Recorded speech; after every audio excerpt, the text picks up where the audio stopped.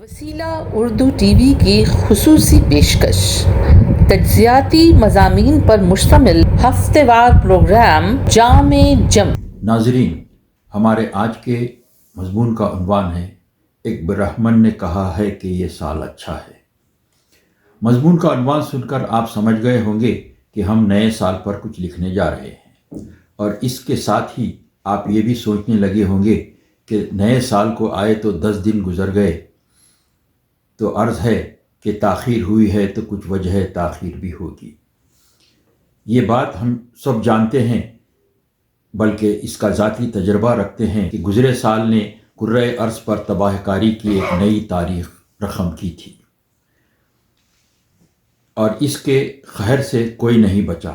جب ہم نے سال نو پر لکھنے کا ارادہ کیا تو بیتے سال کے واقعات سے دہلا ہوا دل و دماغ نئے سال کو قبول کرنے تیار ہی نہیں تھا، کیونکہ کورونا والا سال چلا تو گیا مگر نئے سال پر اپنے گہرے اثرات و نقوش چھوڑ گیا، جس سے سال نو کو ذہن ماننے تیار نہیں تھا، کیونکہ ماسک پہننا، سماجی دوری برقرار رکھنا، ہاتھ دھوتے رہنا وغیرہ وغیرہ جیسی پابندیاں اب بھی برقرار ہیں۔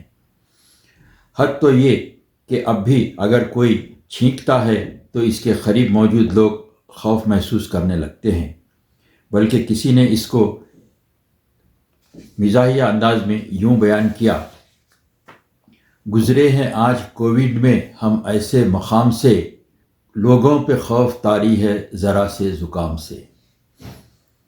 سال نو پر قلم اٹھانے سے قبل ہم نے احتیاط کی حد کرتے ہوئے اپنے آس پاس نظر دوڑائی کہ یہ 2020 کہیں ادھر ادھر چھپا تو بیٹھا نہیں ہے۔ ہماری حالت دیکھ کر ہمارے ایک دوست نے مشورہ دیا کہ آپ کو اپنے ذہن کو سینیٹائز کرنا چاہیے۔ سمجھیے بس یہی وجہ تاخیر رہی۔ پھر کسی طرح ہمت جٹا کر سال گزشتہ اور نئے سال کو یکجا کرنے کے لیے ہم نے خیل قلم کو ایڑ لگائی۔ قارئین کرام، کچھ لوگوں کی عادت ہوتی ہے کہ وہ کسی بھی بات سے خوش یا مطمئن نہیں ہوتے۔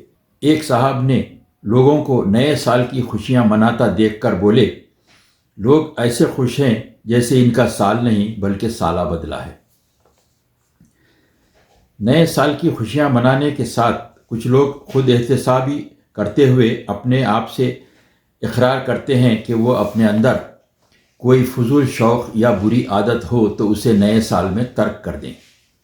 اس سلسلے میں ہمارے دوست نے ہم سے بھی پوچھا کہ آپ نے نئے سال کا ریزولوشن کیا لیا ہے؟ ہم نے کہا کہ ہماری عمر اب نہ بگڑنے کی ہے نہ سدھرنے کی۔ آئیے لوٹ پیچھے کی طرف کہتے ہوئے پھر کچھ ذکر پرانے سال کا کریں۔ لاک ڈاؤن کے دوران لوگ کچھ چڑچڑے رہنے لگے تھے۔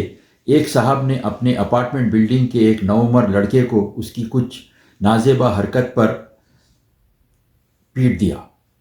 کچھ دیر بعد ان کے فلیٹ پر ایک دستے رنگین نے دستے سنگین دی۔ انہوں نے دیکھا تو ایک خاتون بڑے غصے میں بھیپری سامنے کھڑی ہے۔ ان صاحب کو دیکھتے ہی آپے سے باہر ہوتے ہوئے اس نے کہا کہ آپ نے میرے بچے کو مارا، آپ کی ہمت کیسے ہوئی، اور فلاں فلاں۔ ان صاحب نے حالات کو بھانپتے ہوئے حکمت سے کام لیا۔ انہوں نے موضوع کو بدلتے ہوئے مصنوعی حیرانی کے جذبے سے پوچھا: یہ بچہ آپ کا ہے؟ خاتون نے روکھے لہجے میں کہا: تو اور کیا؟ اس پر اس شخص نے کہا: میڈم، آپ تو اتنی عمر کی نہیں لگتی جس کا اتنا بڑا بچہ ہو۔ یہ سن کر خاتون نے ہلکی سی مسکراہٹ کے ساتھ نظریں نیچی کر کے اپنے بچے سے کہا: بیٹا، انکل کو ساری کہو اور چلو۔ حضرات، ہمارے ذہنوں میں گزرے سال کی باتوں اور واقعات کا جو ذخیرہ ہے وہ اب بھی نئے سال پر بھاری ہے، لہٰذا کچھ پرانی یادوں سے کچھ اور تذکروں کے بعد نئے سال کی بات کریں گے۔ کہتے ہیں ہر چیز اپنی حد میں اچھی لگتی ہے۔ ہم مسلسل کام سے تھک بھی جاتے ہیں اور کام سے کبھی کبھی تنگ بھی ہو جاتے ہیں، لیکن ضرورت سے زیادہ فرصت یا بیکاری بھی ہمیں بیزار کر دیتی ہے۔ جن دنوں لاک ڈاؤن چل رہا تھا تب ہم سب کا یہی حال ہوا تھا۔ چھٹی کے دن کو ترسنے والے مسلسل گھر میں بیٹھے بیٹھے بور ہونے لگے تھے۔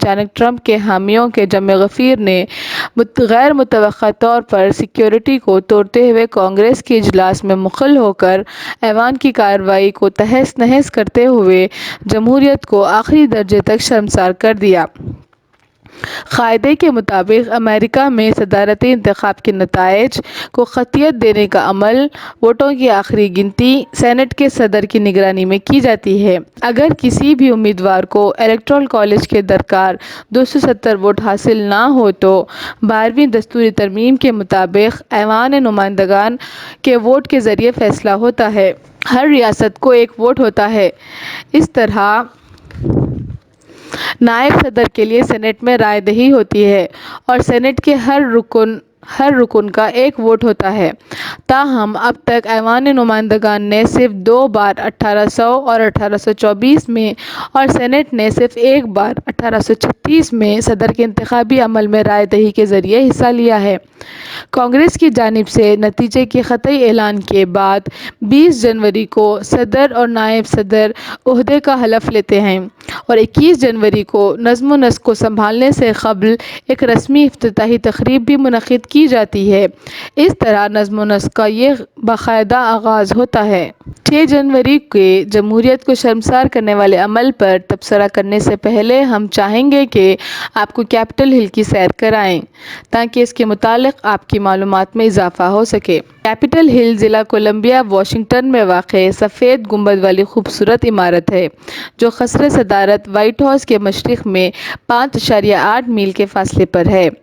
اس علاقے کا نام ابتدا میں جینکنز ہل تھا۔ کانگریس کی عمارت کی تعمیر کی ذمہ داری فرانسیسی انجینئر پیئر انفانٹ کو دی گئی تھی۔ اس نے کانگریس کی عمارت کی تعمیر کے لیے اس پہاڑی کا انتخاب کیا۔ اس نے اس عمارت کا منہ شہر کی طرف رکھتے ہوئے 1793 میں تعمیر کا کام مکمل کیا تو کانگریس کا پہلا اجلاس 1800 میں اس عمارت میں منعقد ہوا۔ اس پہاڑی کا رقبہ صرف 5 مربع کلومیٹر ہے۔ اس عمارت کے جملہ 540 کمرے ہیں۔ اس کیپٹل ہل کے علاقے میں سپریم کورٹ کی عمارت کے علاوہ امریکن کانگریس کی لائبریری اس کے علاوہ رہائشی مکانات بھی ہیں جس میں 15,853 افراد کی آبادی رہتی ہے جبکہ مکانات کی تعداد 11,713 ہے۔ کیپٹل ہل کے مرکز میں ایک ایسا مرکز بھی ہے جسے روٹنڈا کمپلیکس کا نام دیا گیا ہے جس میں مرنے والی اعلیٰ شخصیتوں کو دیدار اور آخری رسومات کی انجام دہی کے لیے رکھا جاتا ہے۔ کیپٹل ہل کا سارا علاقہ امریکی عوام کے لیے جمہوریت اور حکومت کی ایک علامت ہے۔ 6 جنوری کو ہزاروں ٹرمپ کے حمایتیوں نے کانگریس کی عمارت پر حملے کا یہ غیر معمولی واقعہ جو کہ بدترین نوعیت کا تھا بغیر ماسک کے ہزاروں دنگائیوں کے مقابلے میں پولیس کی تعداد گو کہ زیادہ ہونے کے باوجود پولیس دنگائیوں کو کانگریس ہال میں جہاں انتخابی گنتی کا عمل جاری تھا کو روکنے میں ناکام رہی۔ بعض دنگائیوں کے ہاتھوں میں اسلحہ بھی تھے جن کو دیکھتے ہی اراکین قانون ساز اپنے آپ کو بچانے کے لیے اپنے اپنے میزوں کے نیچے دبک گئے اور بعض بچاؤ کے لیے ادھر ادھر بھاگم بھاگ کرنے لگے۔ ایک دنگائی تو اسپیکر ایوان نمائندگان جو کہ 4 مرتبہ کی اسپیکر نینسی پیلوسی کی کرسی پر بیٹھ کر سیلفی بھی لے لی۔ پولیس کی جھڑپ میں بشمول ایک خاتون کے جملہ 4 افراد مارے گئے۔ پولیس کے مطابق تقریباً 100 دنگائیوں کو اس وقت گرفتار کر لیا گیا۔ باقی کی کیمروں کی مدد سے شناخت کا سلسلہ جاری ہے۔ پولیس کی جانب سے کرفیو کے نفاذ کے بعد دنگائی منتشر ہوئے۔ اس سے صدر ٹرمپ کی چھبی مزید داغدار تو ہوئی ہی لیکن امریکہ مخالفین کو بھی امریکی نظام سیاست، حکومت اور انتخابی عمل پر انگلیاں اٹھانے کا موقع مل گیا۔ صورتحال کو مزید بگڑنے سے بچانے کے لیے صدر ٹرمپ جو عوام کو کیپٹل ہل پر آنے کو کہا تھا نے مشتعل عوام سے اپنے اپنے گھروں کو واپس جانے کی بھی اپیل کی۔ جمعرات 6 جنوری کو ہونے والے پرتشدد واقعہ جس میں دنگائی 4 پرتوں پر مبنی سیکیورٹی سیکیورٹی کے گھیرے کو توڑ کر مرکزی عمارت میں داخل ہو کر الیکٹورل ووٹوں کی گنتی کو منتشر کرنے کی کوشش کیے تھے۔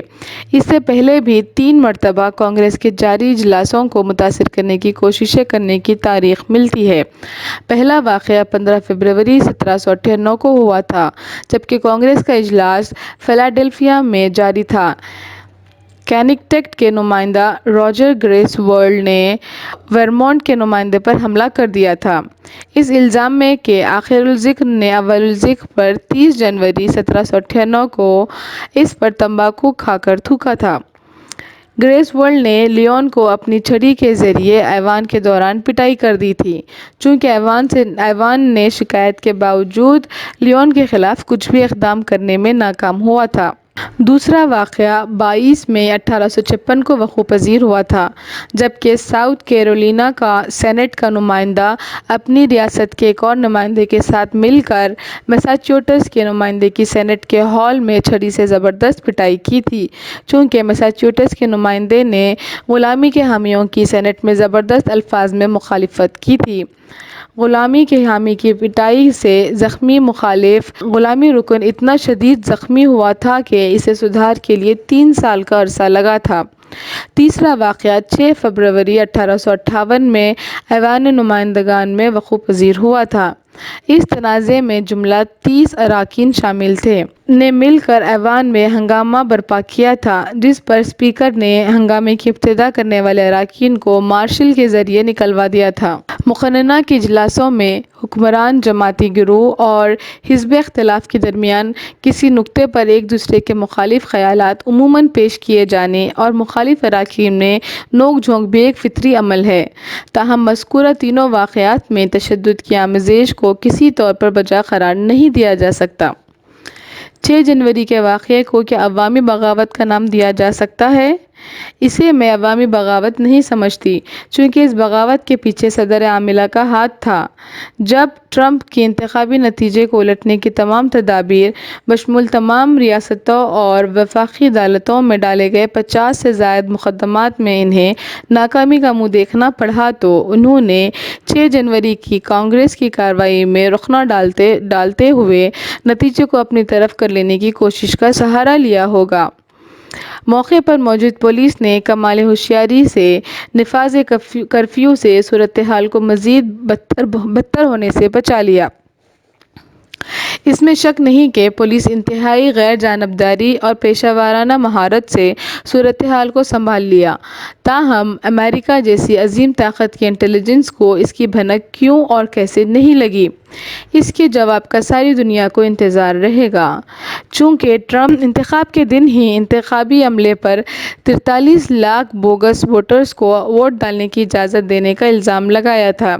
چونکہ انتخابی عمل رات دیر گئے تک جاری رہا تھا، اس کے بعد 8 نومبر کو ہی اپنے حکم نامہ کے ذریعے وفاقی سالیسیٹر جنرل کو اس انتخابی عمل کے خلاف تمام ریاستوں اور سپریم کورٹ آف امریکہ میں مقدمات دائر کرنے کی ہدایت دی تھی۔ امریکہ میں انتخابات کا عمل ریاستی موضوع ہے اور ریاستیں ہی انتخابات کرواتی ہیں۔ 5 ریاستوں میں چونکہ یہاں پر ریپبلکن پارٹی کی حکومتیں ہیں، خصوصاً ایریزونا اور جارجیا کی ریاستوں میں ٹرمپ نے ایریزونا کے وزیر داخلہ کو فون کرتے ہوئے کہا کہ نتیجے کو الٹ دیا جائے۔ اس طرح ٹرمپ کے نائب صدر مائک پینس نے بھی نتائج کو بے اثر کرنے کی ٹرمپ کی بات کو ماننے سے انکار کر دیا۔ اسپیکر ایوان نمائندگان نینسی پیلوسی ٹرمپ سے رضاکارانہ طور پر مستعفی ہونے کی تجویز رکھی ہے، ورنہ 25ویں دستوری ترمیم 1967 کے ذریعے ٹرمپ کو ہٹانے کی بات کی ہے۔ حتیٰ کہ وفاقی عدالتوں میں ٹرمپ کے مقررہ جج صاحبان نے بھی ٹرمپ کے خلاف فیصلے دیے ہیں۔ اب سوال یہ پیدا ہوتا ہے کہ ٹرمپ نے انتخابی فیصلے کو بدلنے کے لیے عوام کا استحصال کیوں کیا اور ابتدا سے ہی نتیجے کو نہ ماننے کی رٹ کیوں لگا رکھی تھی؟ اس کے پیچھے ٹرمپ کی خوف کی نفسیات تھی۔ وہ کرسی صدارت سے ہٹنے کے بعد ان پر ان کے دور صدارت میں کیے گئے جرائم کے خلاف مقدمات سے بچنا چاہتے تھے، خصوصاً انکم ٹیکس کی ادائیگی میں دھوکہ دہی، رشوت ستانی، اقتدار کے غلط استعمال اور انتخابی عمل کے دوران کی گئی مالی بدعنوانیوں کا خوف انہیں ستا رہا تھا، اس لیے انہوں نے عوامی بغاوت کی حکمت عملی کو اپنایا تھا۔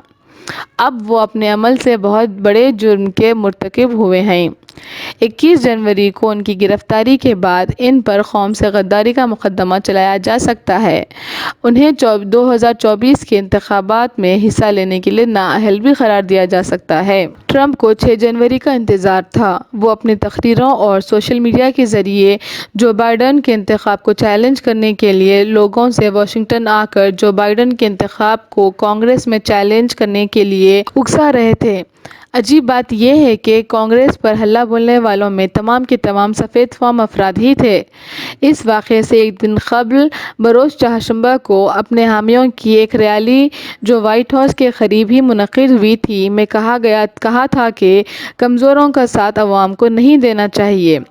اس جلسے میں اپنی 70 منٹ کی تقریر میں حامیوں سے کہا تھا کہ وہ 6 جنوری کو کیپٹل ہل کے قریب واقع نیشنل مال کے پاس جمع ہو جائیں اور وہاں سے کیپٹل ہل پہنچ کر چوری کیے گئے انتخاب کو بچائیں۔ اس جلسے کی نائب صدر مائک پینس نے مخالفت کی تھی۔ 6 جنوری کے بعد ٹرمپ کو تمام سوشل میڈیا سے ہٹا دیا گیا ہے۔ نینسی پیلوسی نے جمعے کو کہا کہ وہ joint chief chairman of army سے ٹرمپ کی جانب سے ملک کو عدم استحکام سے بچانے کے لیے نیوکلیئر کوڈ کے استعمال کے متعلق بات کی ہے اور اگر ٹرمپ مستعفی نہیں ہوتے ہیں تو ان کے خلاف مواخذہ بھی کیا جا سکتا ہے۔ جو بائیڈن نے کہا کہ ٹرمپ امریکہ کی تاریخ کے سب سے زیادہ نااہل صدر رہے ہیں اور صدر ٹرمپ کے اس اعلان پر کہ 20 جنوری کی حلف برداری کی تقریب میں وہ شرکت نہ کرنے کا اعلان کا خیر مقدم کیا ہے۔ 20 جنوری کو اب 10 یوم رہ گئے ہیں۔ آگے دیکھیے ہوتا ہے کیا۔ بزرگوں کا قول ہے جو جیسا بوئے گا ویسے ہی فصل کاٹے گا۔ وسیلہ اردو ٹی وی کی خصوصی پیشکش، تجزیاتی مضامین پر مشتمل ہفتہ وار پروگرام جام